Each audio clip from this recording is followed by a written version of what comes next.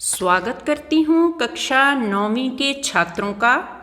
आज हम पढ़ेंगे स्पर्श पाठ्य पुस्तक का पाठ यानी कि कविता अग्निपथ, जिसके रचयिता हैं हरिवंश राय बच्चन जी। अग्निपथ। हरिवंश राय बच्चन हिंदी साहित्य की छायावादी कविता की व्यक्तिवादी काव्यधारा के आलोक स्तंभ थे। मानव भावना, अनुभूति, प्राणों की ज्वाला तथा जीवन संघर्ष के आत्मनिष्ठ कवि ने अपने काव्य द्वारा हिंदी साहित्य का ही नहीं अपितु विश्व साहित्य का भी सौंदर्यवर्धन किया है। बच्चन जी हर प्रतिकूल परिस्थिति को भी दृढ़ता से खड़े होकर उन्हें अपने अनुकूल बना लेने की अदम्य शक्ति रखते थे। अटूट धैर्य, आत्मविश्वास के बल पर वह मुस्कुराकर कठिनाइयों को ललकारते थे। अंधियारा मिलने पर भी अपने रागों का दीप जलाकर उजाला करने का साहस रखता हो, ऐसे आशावान साहसी कवि को मानव जीवन हर रूप में प्रिय था। जीवन से बढ़कर उनके लिए कुछ भी नहीं था, क्योंकि उन्होंने जीवन के अग्निपथ पर अश्रु, श्वेद, रक्त से लथपथ होकर भी दृढ़ता से चलने की शपथ ली थी। बच्चन जी की भाषा अनुभूति की तीव्रता और गहनता से सप्राण, सजीव एवं स्वर मधुर बन गई है। उसमें परंपरा का सौष्ठव है, बोलचाल के निकट है। उनकी भाषा सहज, रसभीनी, भावभीगी, प्रेरणा स्पर्शी, अर्थकल्पित, व्यथा मथित, आनंद गंधी भाषा है। इस कविता की विशेषताएं: कविता खड़ी बोली में है, जनसाधारण के हृदय में समाती है। काव्य भाषा में भव्यता के साथ साथ सहजता और सरलता है। भाषा में संगीतात्मकता, प्रतीकात्मकता, बिंबात्मकता, अलंकारिता का सौंदर्य है। आइए पाठ प्रवेश करें। मानव का जीवन अग्निपथ के समान है। यहाँ अग्निपथ शब्द अनेकानेक अर्थों को अपने अंदर समाहित किए हुए है। यदि हम साधारण दृष्टि से देखें तब अग्निपथ का अर्थ होगा आग से भरा हुआ रास्ता, अंगारों से भरा हुआ रास्ता। लेकिन आग और अंगार क्या हैं? मानव जीवन में आग और अंगार का क्या तात्पर्य है? तब यह शब्द अपने प्रतीकात्मक रूप में बहुत विस्तृत अर्थ ग्रहण कर लेता है। मानव का जीवन अग्निपथ के समान है, अर्थात संघर्षों, दुखों, आपदाओं, प्रतिकूलताओं, नकारात्मक परिस्थितियों, असफलताओं और हताशा निराशा के बीच भरा पथ ही अग्निपथ है। मानव जीवन सरल नहीं और ऐसे अग्निपथ पर चलना भी आसान नहीं होता, क्योंकि विपरीत परिस्थितियों में अपने सपनों के लिए परिश्रम करना मानव के लिए कोई आसान बात नहीं है। आइए कविता का सार देखें।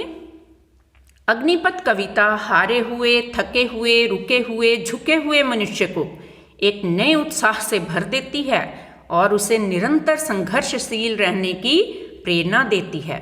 कभी न हार मानने का अमर संदेश देती है, परंतु मानव निरंतर चलते चलते, संघर्ष करते करते हार भी जाता है, थक भी जाता है और ऐसी स्थिति में वह अपने लिए कोई आश्रय ढूंढता है, कोई सहारा पाना चाहता है, कहीं विश्राम करना चाहता है, कहीं रुकना ठहरना चाहता है। लेकिन बच्चन जी कहते हैं कि अपने स्वाभिमान की रक्षा करते हुए हे मानव, तू किसी भी परिस्थिति में किसी भी व्यक्ति विशेष से कोई सहायता ना ले।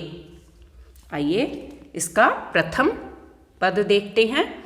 अग्निपथ, अग्निपथ, अग्निपथ, वृक्ष हों भले खड़े, हों घने, हों बड़े, एक पत्र छाह भी मांग मत, मांग मत, मांग मत, अग्निपथ, अग्निपथ, अग्निपथ। इसके शब्दार्थ देखते हैं।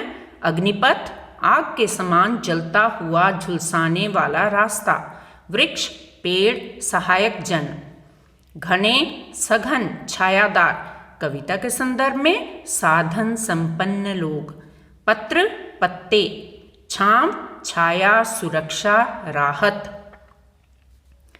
जीवन में जब कठिन समय आता है तो ही असली परीक्षा होती है। ऐसे समय में हो सकता है कि मदद के लिए कई हाथ आगे आएं, लेकिन कभी भी किसी की मदद हमें लेनी नहीं चाहिए और अपनी योग्यता, आत्मविश्वास और परिश्रम पर भरोसा रखते हुए मनुष्य को अपने कर्म पथ पर आगे बढ़ना चाहिए। कहीं पर भी किसी से भी मदद नहीं मांगनी है, क्योंकि इतने संघर्ष के बाद जो सफलता प्राप्त होगी उसके अधिकारी तुम ही होगे, अन्यथा मदद करने वाले के तुम आजीवन ऋणी रहोगे और उसके एहसानों का तुम्हारे मन पर सदैव एक भार रहेगा। अतः हे मनुष्य, तू स्वयं पर भरोसा रख और निरंतर अपने जीवन के अग्निपथ पर दृढ़ता के साथ चलता रह। इस पद की विशेषताएं हैं मांग मत, कर शपथ, लतपथ, अग्निपथ जैसे शब्दों को बार बार कविता में प्रयोग कर कवि ने यहाँ मनुष्य की दृढ़ इच्छा शक्ति, संघर्ष चेतना और कभी न हार मानने वाली प्रवृत्ति का साक्षात्कार करवाया है। बच्चन जी की लोकप्रियता साधारण मानव को असाधारण रूप में चित्रित करने में है। जिस कवि ने स्वयं अपने जीवन में अनेकानेक अवरोध सहे हों और फिर भी वह नहीं रुका हो, वह अपने समाज, अपने देश को, हर मानव मात्र को भी यही संदेश देगा कि चाहे कांटों की बदतमीजियों से उसकी कमीज तार तार हो जाए, पांव लहू लुहान हो जाएं, तन मन जर्जर हो जाए, लेकिन वह कभी नहीं मिटेगा, कभी नहीं गिरेगा।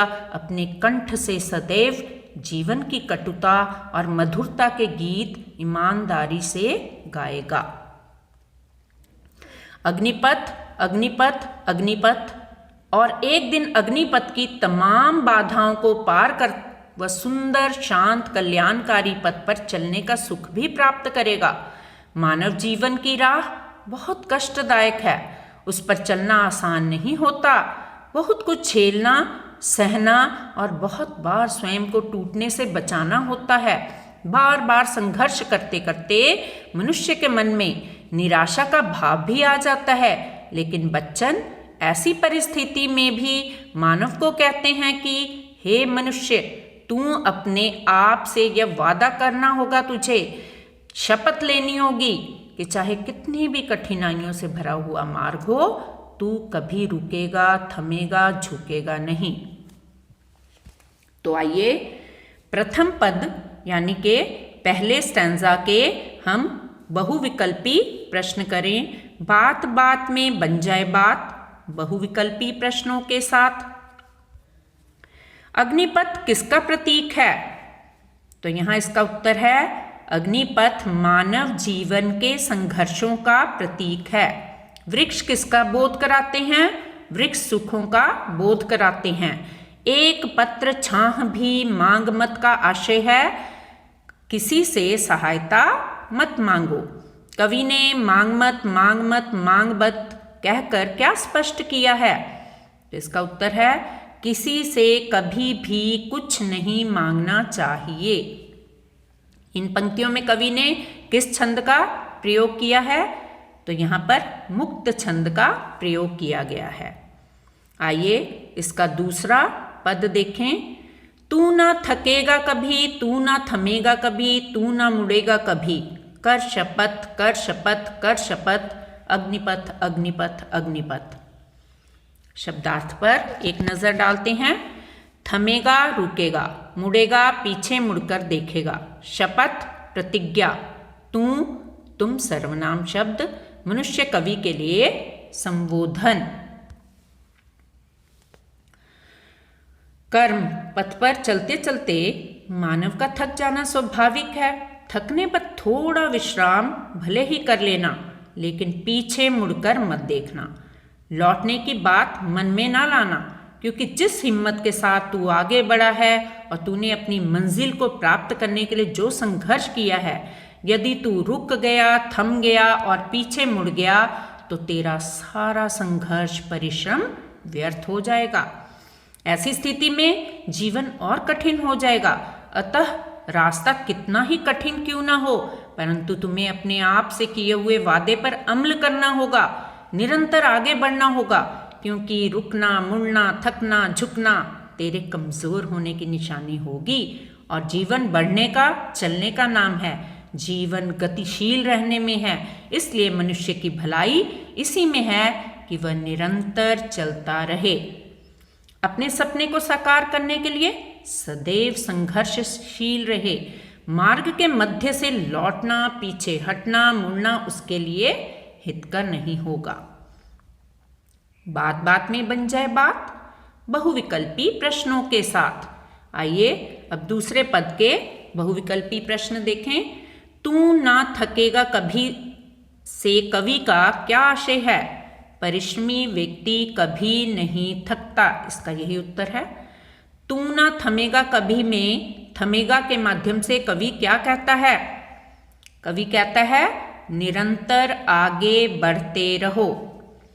तू ना मुड़ेगा कभी में निहित भाव स्पष्ट करें, इसका सही उत्तर बनता है कभी रास्ता नहीं बदलना। कवि बार बार शपथ लेने के लिए क्यों कह रहा है? तो इसका उत्तर बनता है शपथ लेने से मानसिक स्थिरता और दृढ़ता आती है। इन पंक्तियों में संदेश दिया गया है जीवन की राह में सदा आगे बढ़ो। तीसरा पद देखते हैं। यह महान दृश्य है, चल रहा मनुष्य है, अश्रुश्वेद रक्त से लथपथ लथपथ लथपथ, अग्निपथ अग्निपथ अग्निपथ। शब्दार्थ देखते हैं। महान भव्य, अश्रु आंसू, स्वेद पसीना, रक्त खून, लथपथ सरोबार, तरबतर भीगा हुआ। अंत में बच्चन जी ने मानव की अद्भुत, अद्वितीय, अदम्य, अपराजय संघर्ष चेतना के महत्व को प्रतिपादित किया है। मनुष्य अपने जीवन की तमाम समस्याओं, धूप धूल, आंधी तूफान, निराशा, अंधकार का प्रकोप झेलते हुए भी सदा आगे बढ़ता है और इस क्रम में बहुत बार लहूलुहान हो उठता है। कठोर परिश्रम के कारण उसके शरीर से पसीने की धारा निरंतर बहती रहती है और संघर्ष करते करते उसकी हिम्मत टूटती है। तब वह निराश होकर रोता है, उसकी आंखों से अश्रुधारा बहती है, लेकिन नहीं भागता संघर्षों से। इसलिए इंसान बड़ा है कि तर्ज पर यहाँ कवि कहते हैं मनुष्य की गरिमा उसकी संघर्ष चेतना में ही है। वह हर प्रतिकूल परिस्थिति को भी अपने अनुकूल बना लेने का साहस और जज्बा रखता है। अंत में अपने सपने को साकार करता है। इसलिए हे मानव, तू अपने आप से वादा कर कि चाहे तू अश्रु श्वेद रक्त से लथपथ ही क्यों ना हो जाए, लेकिन अपने अग्निपथ पर चलना नहीं छोड़ेगा। अंत में विजय तेरे साहस की होगी। एक ना एक दिन इस अग्निपथ को अपनी प्रतिकूलता, ज्वलनशीलता त्यागनी ही होगी और तेरा जीवन निश्चित रूप से फूलों से भरा रास्ता होगा और तब तेरे सपने साकार हो जाएंगे।